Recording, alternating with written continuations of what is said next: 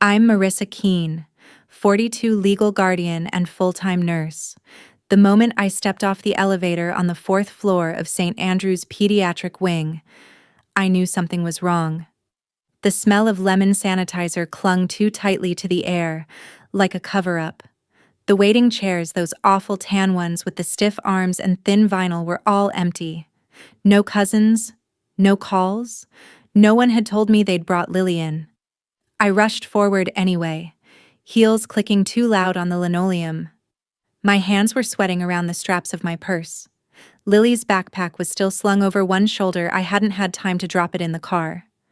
Behind the glass check-in window, a young woman with glossy bangs was typing. She didn't look up. I'm here for Lily Keene, 11 years old. She came in today.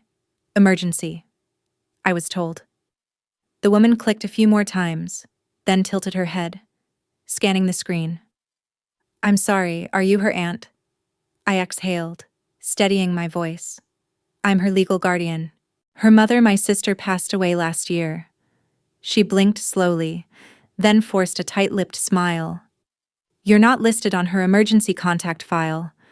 I stared at her, heart thudding in my throat. What? There's no one here by your name, she said. I can't give you details without authorization. But I have the court papers.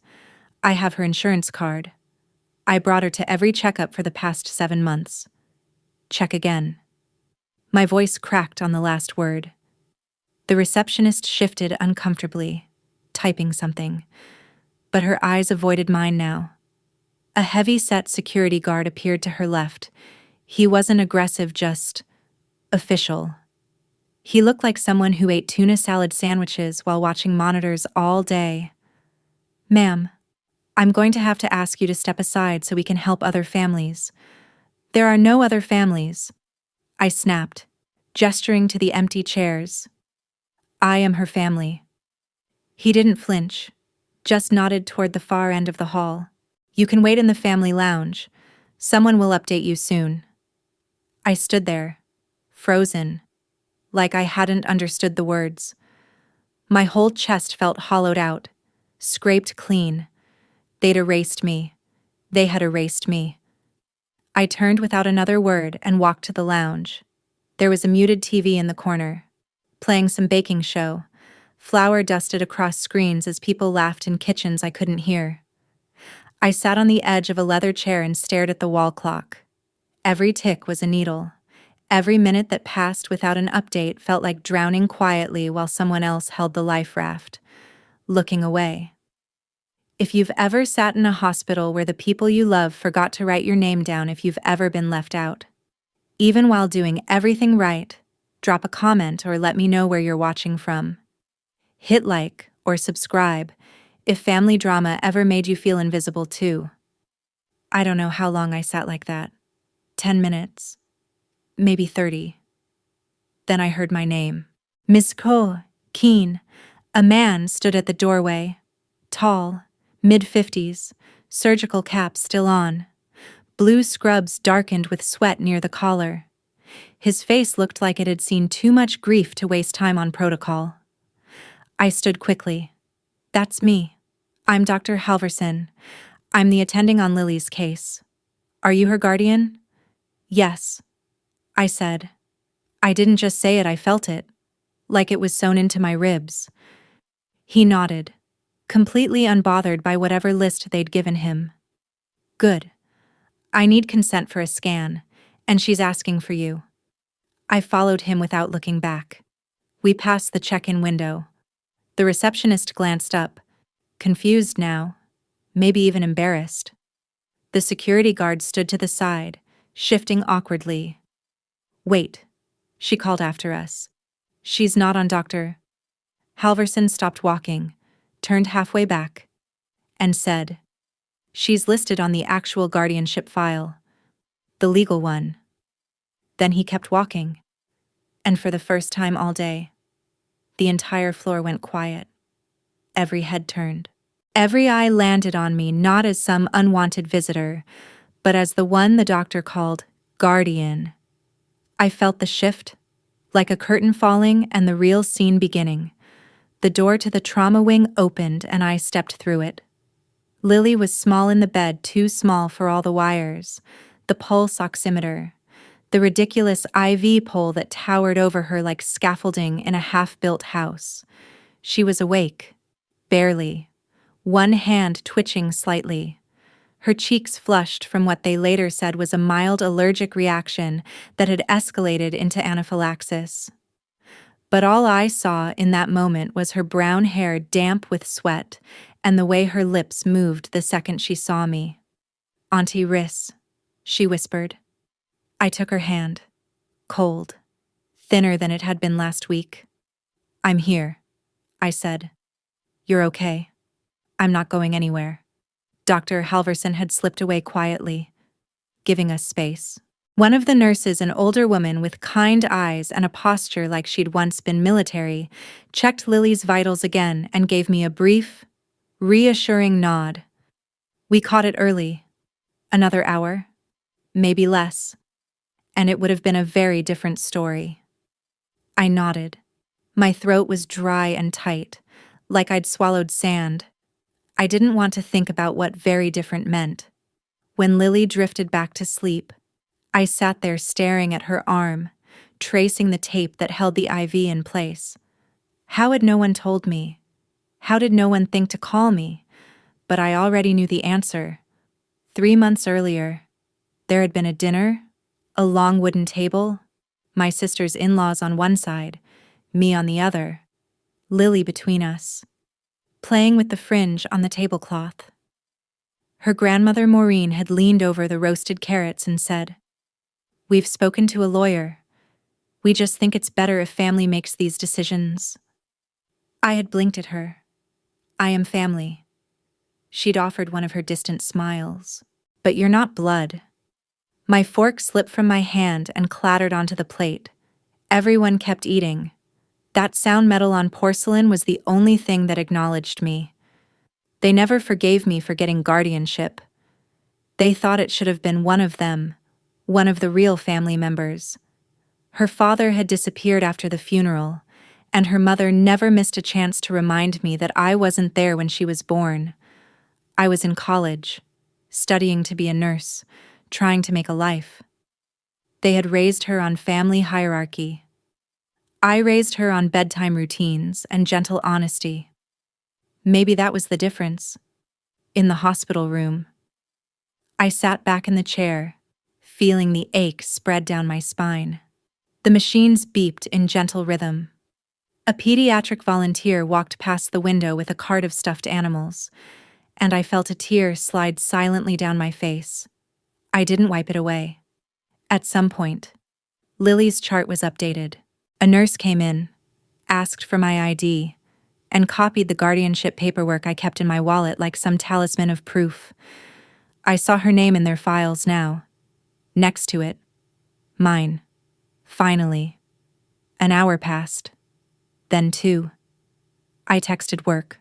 Told them I wouldn't make it back for the evening shift. No one replied. I didn't expect them to. Around 6:30 p.m., the door opened again, and in walked Maureen, dressed in a stiff lilac blouse and beige slacks, her shoes clicking on the tile like punctuation marks. Behind her, her oldest son Lily's uncle kept his eyes trained on the floor. I stood. "You weren't listed," she said before I could speak. "I am now," I replied calmly. She frowned. We had her best interest in mind. "Then why didn't anyone call me? We didn't know where you were. I haven't changed my number in 5 years." "Maureen." She shifted her weight, eyes flicking toward Lily. "Well, she's doing fine. You can go home if you need to." My jaw clenched. "She asked for me," I said. "She said my name." Her uncle Ethan finally spoke. "Look, we're not trying to start anything. It was just hectic earlier. They asked for the emergency contacts, and Mom gave your sister's old list from last year, which I updated," I said, "with the state, with her school, with the doctor's office." Maureen took a slow breath, folding her arms. "Well, Mistakes happen. What matters is she's okay now. No apology. No ownership. Just dismissal. Again. Like I was lucky to even be in the room. I didn't move. I wasn't leaving. Lily stirred. Her eyes fluttered. And she looked up. "Grandma," she mumbled. "Why didn't you call Riss?" Maureen opened her mouth, then shut it again. I stepped closer to the bed. "Don't worry about it, sweet pea. I'm here now." Lily nodded faintly. "Don't let them take me," she whispered. That landed hard, like cold water down the spine. Maureen straightened. "No one's taking anyone anywhere." But the silence that followed said otherwise. They left soon after. I saw the look in Ethan's eyes before he followed her out, like he wanted to say something, but didn't have permission. I stayed. Lily woke up around midnight. We watched a movie on the small TV mounted above her bed. Something animated. I barely followed the plot. But she laughed once, and that laugh was everything. At 2 a.m. She finally fell into a deep sleep, her hand in mine. I sat there thinking about the paperwork I'd filed. The affidavits, the court hearings, the nights reading children's books out loud to a girl who cried herself to sleep. And still, I hadn't been on the contact list. I took out my phone, opened notes, started writing the one message I swore I'd never send. "Hi, Maureen. I'd like to meet next week. Just you and me. We need to talk about boundaries and respect." I stared at the screen. My thumb hovered. Then I hit send. It didn't feel brave. It didn't feel like revenge. It felt necessary. Because I was tired of being invisible. The message went unread for 3 days. I knew because I checked. Every few hours. Like some teenager waiting on a reply from a crush. But it wasn't about desire. It was about dignity. About being acknowledged finally as Lily's guardian, not just on paper, but in the minds of those who had been pretending I didn't exist for the past year. I returned to work on the 4th day, the night shift. It felt easier not to be visible in daylight anymore. My supervisor, Elena, greeted me with a soft nod and the kind of hug that nurses give each other when they don't want to talk about what happened. But they've seen it in your face. She didn't ask.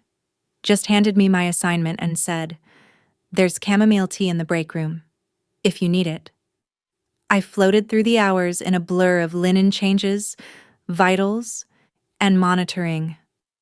My hands moved automatically smooth, trained, but my head kept drifting back to that hospital hallway where Maureen had stared through me like glass. At 3:10 a.m., during my scheduled break, I checked my phone again. One new message. "Maureen fine. Tuesday, 10 a.m. My house. No drama." I stared at the screen and didn't know whether to laugh or throw the phone into a supply closet. That was how she operated, short, clipped, with the illusion of control. She didn't say she was sorry. She didn't say she wanted to hear what I had to say. She just gave me a time and place, like it was a dentist appointment. But I went. Tuesday arrived in a haze of nerves and coffee.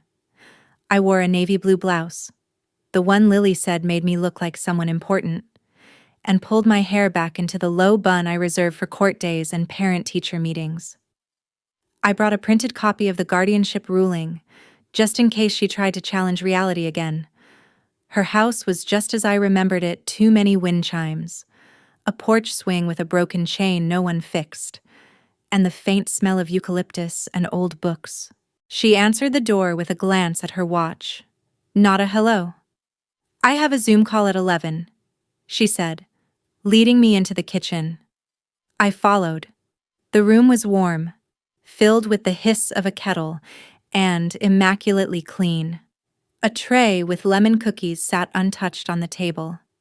For a second, it felt like she might be trying. "I brought the legal file," I said, placing the envelope down without sitting. She glanced at it but didn't reach for it. "I'm aware you're the guardian, Marissa," I never said otherwise. You said I wasn't family. I said you weren't blood. That's not the same. It is to me. We stood there, locked in a quiet standoff. The kettle clicked off behind her. I've been raising her, I said. Not because I wanted to prove anything, but because I love her. I was the one who showed up after the funeral, when everyone else was too broken or too bitter to think clearly. I've done every school drop-off, every dentist appointment, every late-night nightmare run. I never said you didn't, but you acted like I didn't matter. She pulled out a chair and finally sat, slowly, like she wasn't sure if the ground was solid underneath her. I lost my daughter, she said softly. I haven't been right since. I know that. I sat down across from her. The kitchen clock ticked. I didn't mean to push you out. It felt like everything was slipping, and I was trying to hold on to something that made sense. I understand that. I do, I said. But you don't get to erase me just because I wasn't in the delivery room. Her eyes flicked up. You raised a good girl, I added. She's funny, she's brave, and she's already got your stubbornness. That broke something. Her shoulders softened. Lily needs all of us, I said. But she needs to know we're not tearing each other down to be the one holding her hand. Maureen looked down at the envelope, then reached for it. Opened it. Read the first page again. Even though she'd probably seen it before, this time, she didn't flinch. You want to be on the emergency contact list, she asked finally. I want to be the first on it. That's what the judge ruled. That's what Lily chose. And that's what she needs. A long pause. Then, a quiet nod. All right, she said. You'll be first. We didn't hug. We didn't cry. We weren't that kind of pair. But I left the house with something heavier than paperwork in my bag. I left with her acknowledgement. That night, I cooked Lily's favorite dinner, boxed mac and cheese with cut-up broccoli, and those dinosaur chicken nuggets she insisted were funnier than regular ones. She sat across from me at the table, her foot swinging under the chair, her hospital bracelet still tucked in the junk drawer like a relic. Did you talk to Grandma?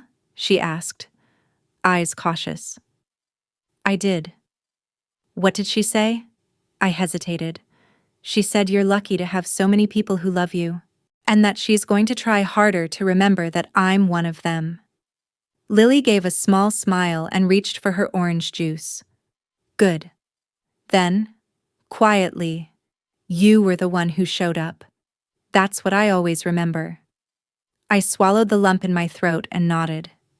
After dinner, she curled up on the couch and fell asleep mid-episode of some show I didn't understand. I watched her breathe, listened to the hum of the fridge, the quiet ticking of a life rebuilt, one night at a time. Later, I tucked her into bed and stood at the door just a moment longer than usual. I didn't need a thank you.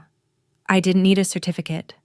I just needed to know she felt safe enough to sleep.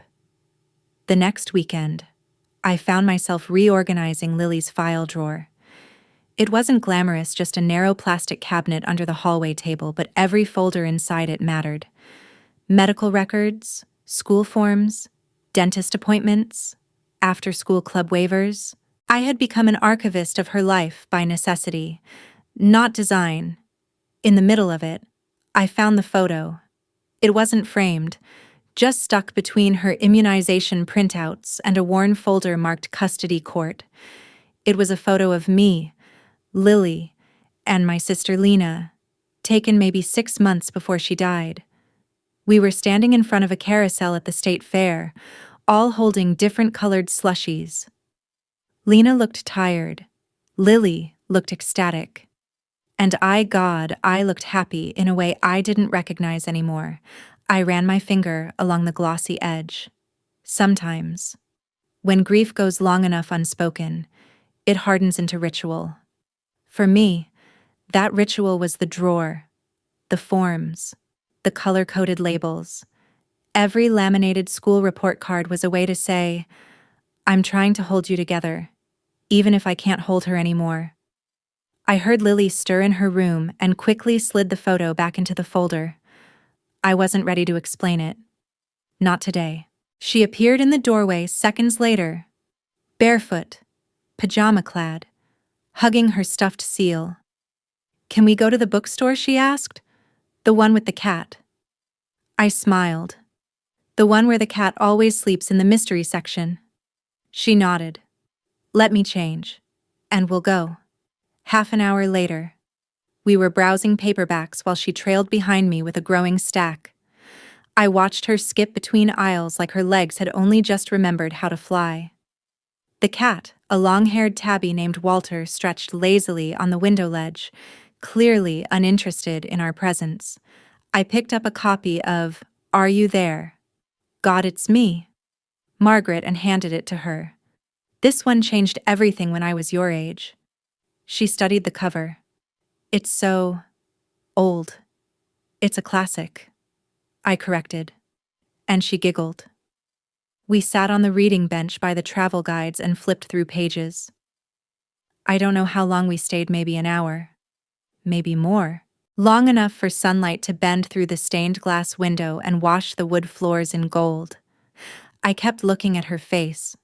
Not just because I loved it, but because I kept trying to see signs that she was okay, that she was healing, that the allergic reaction, the hospital stay, the emotional tension hadn't left something invisible behind.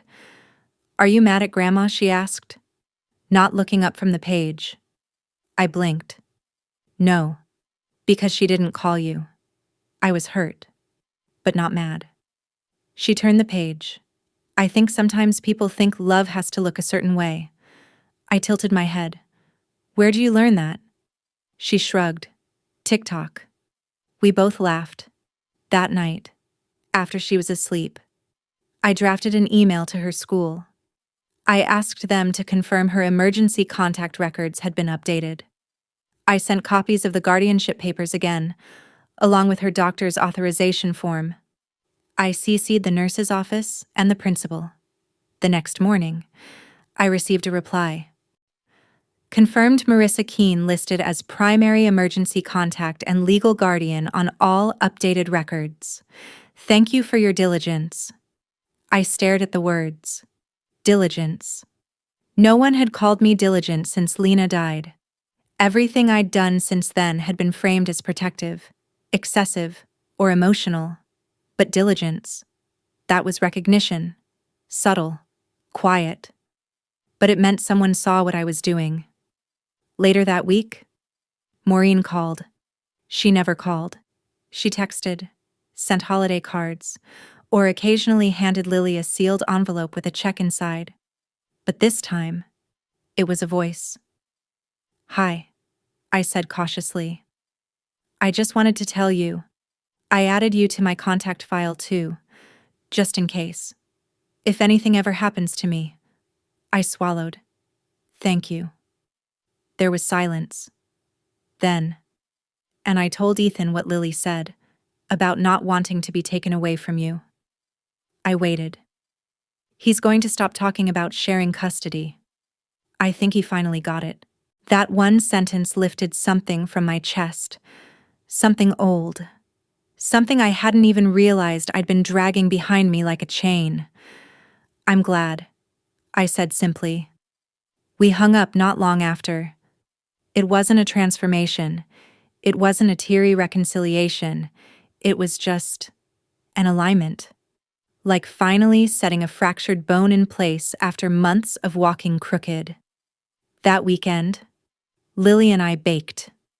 It was one of her favorite rituals, measuring ingredients with exaggerated concentration, sneaking spoonfuls of brown sugar when she thought I wasn't looking, wearing the oversized apron that once belonged to Lena. We made lemon shortbread, her mom's recipe.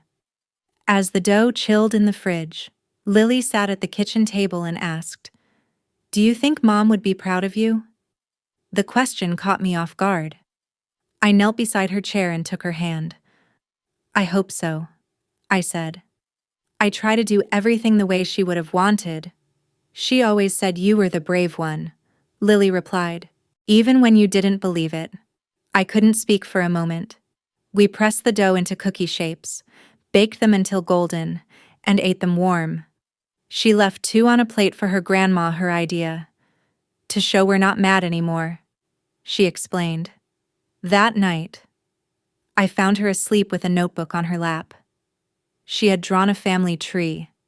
Not the kind they make you do in school with perfect branches and dotted lines. This one had roots and clouds and names written in different colors. At the very center, in bold purple marker, she'd written Riss, my grown-up, and beneath that chosen, not assigned. I didn't cry. Not then. I just kissed her forehead, closed the notebook gently, and turned out the light. Because for the first time in a very long time, I felt like I wasn't just filling in for someone who left. I was becoming the person who stayed. The weather turned a week later, first with wind, then the sudden cold. Lily hated it. She'd stomp around in 2 layers of tights and still complain her ears felt like popsicles.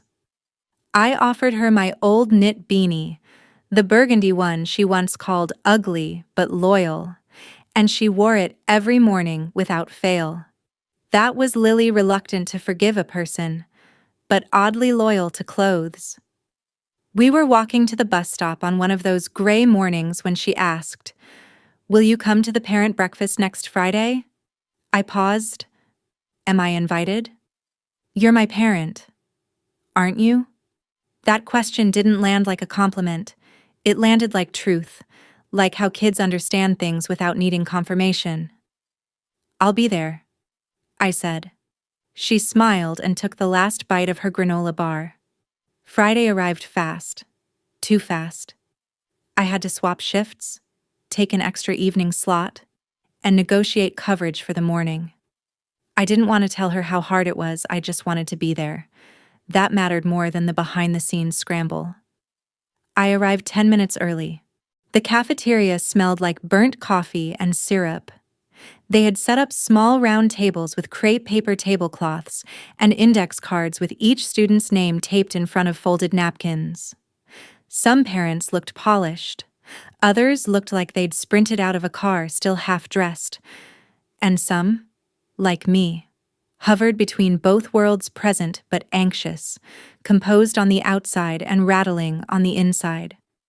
I spotted Maureen before I saw Lily. She stood near the corner, talking to one of the teachers. She hadn't told me she was coming. She looked up, saw me, and gave a short nod. I returned it. Then Lily burst into the room in her purple hoodie, cheeks flushed with excitement. She ran up to me and practically dragged me to the table.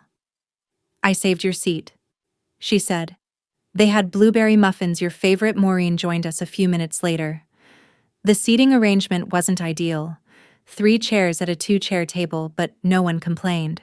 The teacher smiled as she passed and whispered, "Double visit, Lily's a lucky girl." We sat there, sipping coffee from paper cups and cutting up muffins with plastic knives. Lily told us about her reading group, how she got to pick the class poem for next week, and how she'd been chosen to lead the kindness chain program for February. "I'm gonna write your name on the chain," she said, looking at me. "You've been extra kind." I choked a little on my coffee. Then she turned to her grandma. "You too." Maureen smiled, tight but sincere.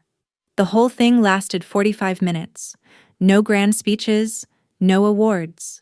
Just the 3 of us, trying to share a table, share a girl, and somehow not tear each other apart in the process. As we left, Lily ran ahead to join her friends on the playground. Maureen and I lingered near the edge of the blacktop. "She's doing well," Maureen said. "She is." There was a pause. "I didn't come here to compete," she added. "I just didn't want her to think I'd disappeared." "I know," I replied, "and I didn't come here to prove anything. I just wanted her to look up and see someone she trusts." We stood in silence for a few moments. The wind picked up again, and the playground chimes rattled from where they hung near the fence. "She loves you," Maureen said, "and I know I haven't said this enough, but you've done more than we ever imagined anyone could." I looked at her. "Thank you. I still miss Lena every day," she whispered. "So do I." She gave a small nod, like that was enough for now, and walked back to her car. I stayed, just for a minute longer, watched Lily chase a girl in a red coat, heard her laugh echo across the blacktop. I wanted to bottle that sound, keep it somewhere for the harder days. That evening, Lily climbed into bed and said, "I liked that you and Grandma both came." "Me too. I know you don't always agree." "No, but we both agree on you." She giggled, pulled her blanket up, and asked if I could sing the silly lullaby Lena used to make up on the spot, the one about a brave girl with a crooked crown and jellybean shoes. I sang it. I didn't remember all the words, so I filled in with my own. She didn't correct me. After she fell asleep, I sat on the couch, checked my email, and noticed something unexpected, a message from Ethan. Subject line: "Hey." I clicked it open. "Hey Marissa. Mom told me about the breakfast. She also told me about what Lily said at the hospital. I wanted to say thank you. For everything. I know we made this harder than it needed to be. I let my own ideas of how things should be get in the way. That won't happen again. If there's ever anything you need from me, from Mom, from anyone, we're here. Lily's lucky to have you. I hope she knows it. I'm starting to. Ethan." I read it twice. Then I closed my laptop and let myself breathe. Not a dramatic sigh, not a tearful collapse, just a breath. Clean and simple, like the first inhale after being underwater too long. The next day, I printed the email, folded it neatly, and slid it into the back of Lily's file drawer. I didn't label it. Some things didn't need a tab. Later that week, Lily had a school project where she had to bring in a symbol of someone who keeps you safe. Some kids brought superhero action figures. Others brought drawings of their pets or teddy bears. Lily brought my ID badge. She stood up in front of the class and said, "This is my Aunt Riss. She helps people all day. Then she comes home and helps me. She doesn't wear a cape, but she has the best snacks and she always answers when I call. Even when I don't say anything. She knows." I wasn't in the classroom that day, but her teacher emailed me the speech, and when I read it, I cried on the floor of the supply closet during my lunch break. Not because it hurt, but because someone had finally said out loud what I had spent the last year becoming. Her someone. There's a strange kind of peace that follows the chaos no one ever warned you about. Not the dramatic, movie-ending kind, but something quieter, like how the refrigerator hums after a storm cuts the power and everything flickers back on. That's how life felt the weeks after Lily's classroom speech, like everything had returned, but rearranged. Gentler. I didn't tell Lily I'd read her words. I wanted her to feel like they had landed in the world untouched by adult analysis. But I noticed little things changing after that day. She lingered closer when I made dinner, asked if I could sit with her while she did homework. She even left sticky notes on the bathroom mirror, little jokes. Sometimes just doodles. One morning, I found a note that read, "You're braver than a dentist." That was her highest compliment. February came with unexpected rain, streets slicked with puddles, umbrellas forgotten on buses, the usual LA confusion about water falling from the sky. I picked Lily up early one afternoon after a call from the school nurse. Just a headache. Nothing serious. Still, I rushed. I always rushed. She was sitting on the cot, her hoodie pulled up over her head, playing a word game on her tablet. The nurse smiled when I walked in. She didn't want us to call anyone else. She said, handing me a form. She asked for you. I glanced at the clipboard. My name was there, printed in sharp black ink. Thank you for updating everything, the nurse added. Makes our job a lot easier. Lily looked up as I approached. I don't think I'm actually sick, she admitted. Just tired of everything today. I nodded. Fair enough. Want pancakes? Obviously, we went to the diner on the corner, the one with the cracked leather booths and the jukebox that only worked when no one asked it to. Lily ordered the same thing she always did, banana pancakes with chocolate chips and extra whipped cream. I let her. Some days, nutrition could wait. Halfway through breakfast for lunch, she asked, Do you think I'll forget her? I didn't have to ask who she meant. I don't know. I answered honestly. I think forgetting is different than letting go. She stared at the syrup dripping from her fork. Sometimes I forget the sound of her voice. I try to remember it when I fall asleep, but it gets fuzzy. That's okay. I remember other things, though, she continued. Like how she used to kiss my forehead 3 times, or how she'd hum when she brushed my hair. I smiled. She did that when we were little too. Always the same tune. I don't remember the song.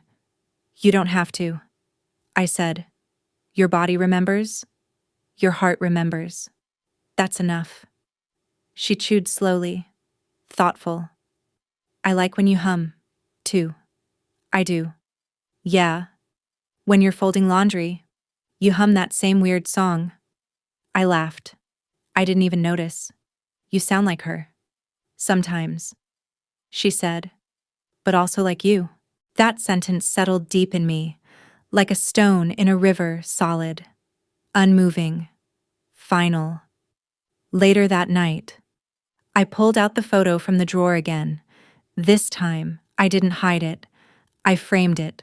I placed it on Lily's bookshelf, next to her lava lamp and that weird clay bird she made in 3rd grade that looked more like a lopsided potato. She noticed the next morning, picked it up, ran her fingers along the edge.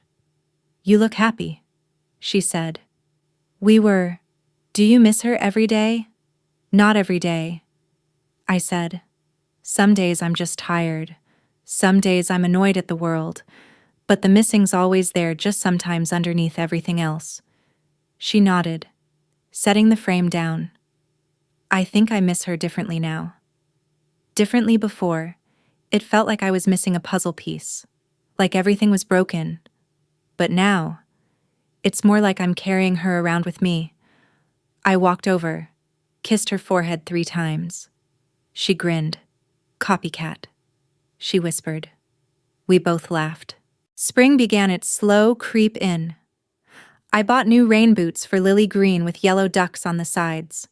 She hated them at first, said they made her feet look like inflatable blobs. But after one puddle-heavy afternoon, she admitted they were okay for stomping purposes.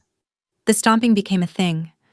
Every time it rained, she'd drag me outside, and we'd stomp down the sidewalks together. Neighbors smiled, shaking their heads. Some filmed us on their phones. I didn't care. There was something healing about it, about creating joy on purpose, about soaking your socks and not worrying who had to do the laundry. One Sunday morning, Maureen called. Can I take Lily to the museum next weekend, she asked. There's a new planetarium show she might like. I paused, not because I doubted her intentions, but because I realized I no longer felt the need to brace for an ulterior motive. Sure, I said. That sounds great. And, she hesitated. I wondered if you'd want to come too. I could use the company. I let the silence hold for a moment. Not dramatic. Just long enough for her to know I was surprised. I'd like that, I said finally. So we went. The 3 of us. The planetarium was dim and cool. The chairs reclined so far back Lily giggled every time she tried to sit up. We watched stars spin across a curved dome as a narrator described galaxies in that soothing voice reserved for documentaries and audiobooks. Halfway through, Lily reached for both our hands and held them at once. We didn't say anything. We just watched the universe unfold above us, quiet and wide and impossible. That night, as I tucked Lily into bed, she asked, "Do you think moms ever look down from stars?" I sat beside her. Maybe. Or maybe they live in the parts of us that remember. She thought for a while. I think that's better. Why? Because I don't have to look up to talk to her. I can just close my eyes. I brushed her hair back gently, my fingers moving without thought, humming that song again. I didn't even realize I was doing it until she whispered, "That one." I froze. "That's the song," she said. "That's the one she used to hum." I smiled, tears pricking behind my eyes. "It's called Lullaby for a Rainy Day." She made it up. "I remember now," she said, and she closed her eyes. The seasons in Southern California shift more by feeling than by foliage. A slight change in light, a breeze that carries dust instead of pollen, a morning chill that disappears by noon. That's how I knew summer was approaching, not by calendars or heat waves, but by how Lily began waking earlier, as if her body anticipated freedom. She started drawing more, too, every day, after school. She'd sit at the dining table with her markers and gel pens, pages scattered like a mosaic of some secret inner world. I didn't interfere. I'd watch from the kitchen while making dinner, just listening to the soft drag of ink on paper. One evening, she held up a page. "This one's our house," she said, "but not just the building, the feeling." I looked closer. It wasn't a literal drawing, more like a collection of symbols. A couch floating in clouds, a ladder leading into a teacup, a figure curled up inside a book, and at the center, two stick figures sitting under an umbrella with hearts falling from the sky instead of rain. "That's us," she explained, pointing to the umbrella. "You and me. I made it safe. You always make it safe." I whispered. School ended that month.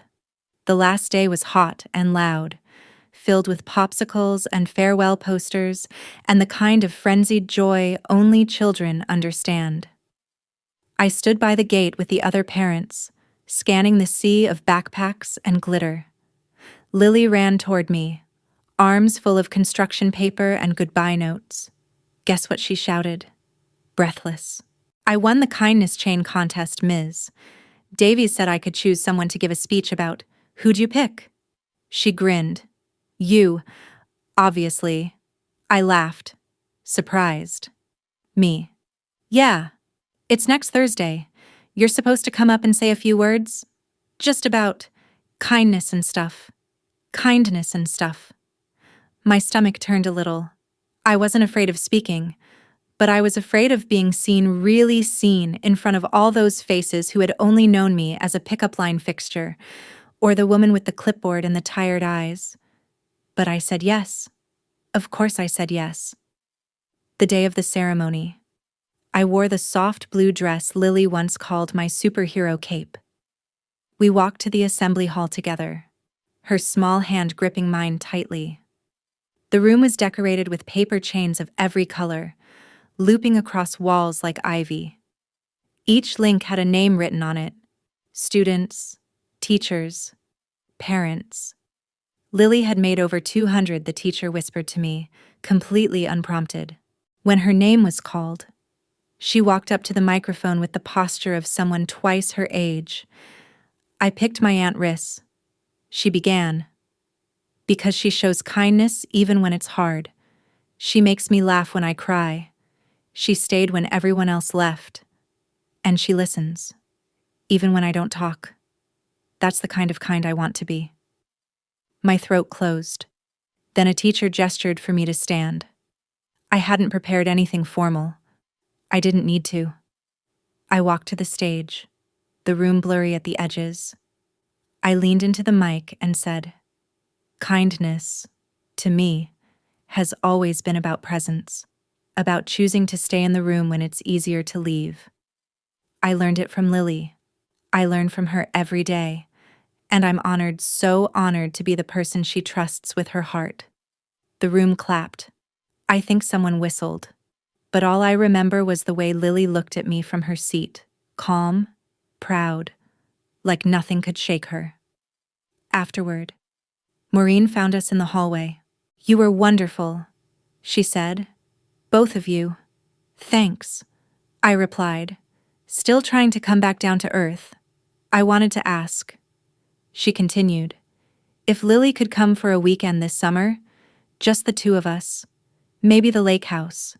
I promise to keep her schedule." I hesitated, not out of suspicion but out of habit. My body still had reflexes from months of guarding the boundary too tightly. But Lily spoke before I did. "I want to go," she said. "I think we're ready. We're—" It was a small word, but she used it with intention. We, her and Maureen. Not against me. Not apart from me. Just a branch of us. I nodded. Of course. That weekend, the house was quieter than it had been in over a year. I didn't realize how much noise Lily made simply by existing. The thud of her shoes by the door, the hum of her favorite songs through the bathroom wall, the way she narrated her day out loud while brushing her hair. I found myself listening for echoes that weren't there. So I cleaned. I reorganized the bookshelf. I refolded laundry that didn't need refolding. I spent an hour trying to fix a drawer that had been stuck for 3 months, only to make it worse. On Saturday night, Maureen sent me a photo. Lily standing on the edge of the dock, arms spread wide, wearing her duck boots and my old beanie. Behind her, a lake silvered by dusk. "She wants to call you before bed." The text read, "We talked for 10 minutes. She told me about pancakes, about fishing, about the spider she named Marvin. Then she said something I'll never forget. I told Grandma about the umbrella drawing. Yeah, I said it's not just us under it anymore. I said I could draw her in too." My eyes welled. "That's beautiful." I managed. "She said she'd like that. But she still hates rain." Figures. We both laughed.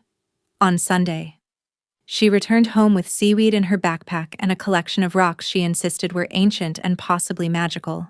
She hugged me longer than usual, then immediately asked what was for dinner. As I cooked, she unpacked. I watched her move around the house with confidence, claiming space, asserting routine, adding her presence to every room. That night, we sat on the couch, knees touching, both too tired to talk. And that's when I realized something had shifted. Not in a grand way. Not like the turning of a page, but like ink drying on paper. What had once been fragile had become permanent. And we didn't need anyone to see it to know it was real. Summer pressed forward like warm honey, slow, sticky, impossible to rush. Lily filled her days with library trips, sidewalk chalk murals, and elaborate kitchen experiments that always ended with flour on the ceiling fan. We settled into a rhythm that was unremarkable on the outside, but sacred to us: late breakfasts, long afternoons, movies with the subtitles on. Some evenings we sat in silence, folding laundry while thunderstorms rolled by like distant drums. One Wednesday, out of nowhere, she asked, "Do you think I'll be like her?" I didn't have to ask who again. She had a lot of things. I said, courage, sharpness, humor that could cut through steel. And she passed some of that down to you. But you'll be you. Just you.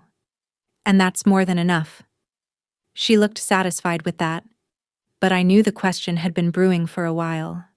I saw it in her face each time someone compared her to Lena at school, in church, in old family stories. The pressure to carry a legacy and the quiet guilt of living past the person who gave you life. I had carried it too, in my own way. Not just grief, but expectation. That weekend, I took her to the beach. We rarely went. Too far. Too crowded.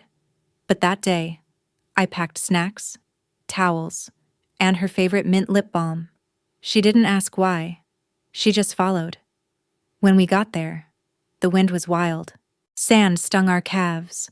The sky churned with late summer clouds, and the sea foamed like a mouth mid-scream. But we loved it. We screamed back at the waves, ran until we were breathless, and collapsed into the sand like shipwrecks. I brought something, I said, pulling a small glass jar from my bag. Inside were letters, 4 of them, written by Lena. She wrote these before the trial, I said, before she asked me to take custody. She told me not to give them to you right away. Said you'd need them later when it mattered. Lily's eyes widened. Can I open one now? I nodded. She picked the smallest envelope and peeled it open with careful fingers. Her eyes moved silently across the page. Then she passed it to me.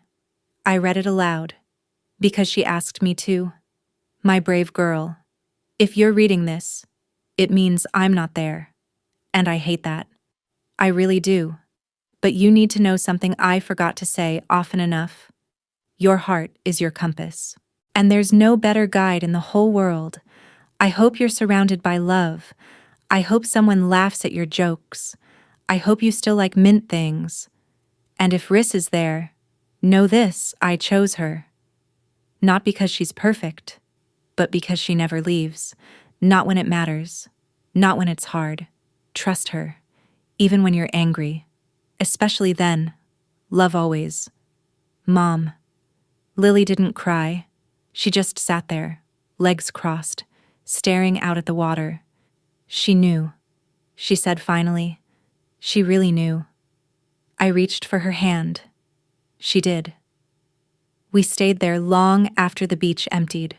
When we walked back to the car, our shadows stretched across the parking lot like 2 old friends returning home together. The rest of the summer passed in small but meaningful ways. A trip to the aquarium where Lily named a stingray Jeff. A weekend at Ethan's with board games and not a single argument. Even a surprise visit from one of Lena's college friends who brought old photos and stories we'd never heard before. Through it all, I noticed how Lily changed. She stood taller when she spoke. Didn't shrink when adults asked questions. She was still silly, still 11, still afraid of spiders and obsessed with obscure facts about jellyfish, but she was becoming someone who knew her value without needing to prove it. One evening, as we organized her backpack for 6th grade, she said, I think I want to add your name to my school project. What project? The one where we write about someone important to our family. I blinked. I didn't know I was important. She grinned. Don't be dumb. You're like the glue. I thought I was the snacks. You're both. I laughed. Fair. School began in a flurry of nerves and highlighters. On the first day, she wore her hair in 2 braids and asked me to write a note for her lunchbox. I wrote a quote from Anne of Green Gables and a dumb joke about spaghetti. She kept the quote and stuck it to her locker with a magnet shaped like a llama. That night, I stood at the stove stirring soup when the landline rang. No one called the landline. I answered on instinct. Hello, a woman's voice replied, hesitant. Is this Ms. Keene Marissa? Yes, I'm calling from St. Andrews. I'm the new pediatric intake coordinator. I'm reviewing files and I noticed a note from Dr. Halverson. He wanted to make sure you were listed as the primary contact on all future records. I smiled softly. He's thorough. Yes. And I just wanted to confirm we have everything correct. We're updating our emergency alert system this month. I took a breath. Marissa Keene, legal guardian. First contact. Always. The woman paused, then repeated it back to me. Got it. Thank you. That's all we needed. As I hung up, I looked around the kitchen at the magnets on the fridge, the messy calendar taped to the wall, the pair of muddy shoes by the door, I thought about all the times I'd walked into rooms where no one expected me to belong, where I had to explain, justify, carry papers just to prove I existed in someone's life. Now, I didn't have to explain anything. Now, I was on the list. That night, Lily came into the kitchen and said, "I want to read another letter." I nodded. We sat together on the floor, our backs against the cabinets. She opened the envelope and read it quietly to herself. Then she folded it up, looked at me, and said, "You're not just filling in anymore. You're the story now." I didn't respond. I didn't need to. She leaned against my shoulder, and we stayed there. No music, no lights, no noise, just the two of us, the one who stayed, and the one who noticed. The first time someone called me mom in public, it wasn't Lily. It was a stranger. A cashier at the corner grocery store. I was paying for a pack of chocolate chip granola bars and hand sanitizer, and Lily was tossing an avocado from one palm to the other like a hacky sack. "That your daughter?" the woman asked, bagging the groceries. I hesitated. "Lily didn't?" "Yep," she said. The woman smiled. "She's got your eyes." I didn't correct her, not because it didn't matter, but because it finally didn't have to. We walked home under a soft evening sky, the kind that feels like wet chalk pressed into the clouds, blue and lavender melting together. Lily talked the whole way, mostly about her math teacher's obsession with real-world fractions and how she'd volunteered to measure cupcake ingredients for the class party. I nodded, listening, not interrupting. That night, after she fell asleep, I stood at the foot of her bed for a long time, just watching. She'd kicked her blanket off one side and hugged a pillow like it owed her something. A single curl had escaped from her braid and rested on her cheek. I reached down and tucked it back, gently, without waking her. There are moments in life that don't announce themselves. No dramatic swell of music, no tearful hug, just a stillness, a knowing. I realized then that I no longer needed to keep proving I belonged. I had built a life where I did. The next morning, I made pancakes. No reason, no occasion, just because I wanted her to wake up to the smell of warm batter and cinnamon. She wandered in, bleary-eyed, dragging her blanket like a cape. "Is it my birthday?" she asked, half teasing. "Nope." "Did I win something?" "Nope." She sat at the table, smiling. Then why I placed a plate in front of her? "Because you're here, and because I can." She leaned her chin on her palm. "You're weird. Good weird. The best kind." We ate slowly. No phones. No rush. She told me a dream she half remembered about a house made of jelly beans, and I pretended to take it seriously, asking about structural integrity and ant infestations. Later that afternoon, we walked to the park. Just the two of us. She brought a notebook. I brought a book. She lay on the grass drawing something with her knees bent and feet up in the air. I watched a couple of boys kick a soccer ball near the swings and wondered if they had someone who showed up for them the way I had learned to. Lily looked up suddenly. "Do you ever wish things had been different?" Her voice was soft. No emotion behind it, just curiosity. I thought for a moment. "I used to," I said. "A lot. But now, I don't know. If things had been different, I might not have found you like this." She nodded. "Do you ever wish she'd come back?" she asked. Even quieter. I didn't hesitate. Every day. "Me too." A pause. "But I'm glad I have you," she added. My throat tightened, but I kept my voice steady. "I'm glad I have you too." She went back to her drawing. I didn't ask what it was. Some things don't need to be explained to be understood. As the sun lowered behind the trees, we packed up and started toward home. Lily reached for my hand, not because she was afraid or cold or needed anything. She just wanted to hold it. We walked the rest of the way like that, past the quiet houses, past the fence she used to climb, past the store where she once burst into tears over the wrong brand of cereal. At the front door, she turned to me and asked, "If anything ever happened, like anything bad, would they still call you first?" I nodded. Yes, every time. She smiled. Good. We stepped inside. I locked the door behind us, not out of habit, but with the quiet reassurance of someone finally home. No more questions, no more proving. Just the life we made, one call at a time.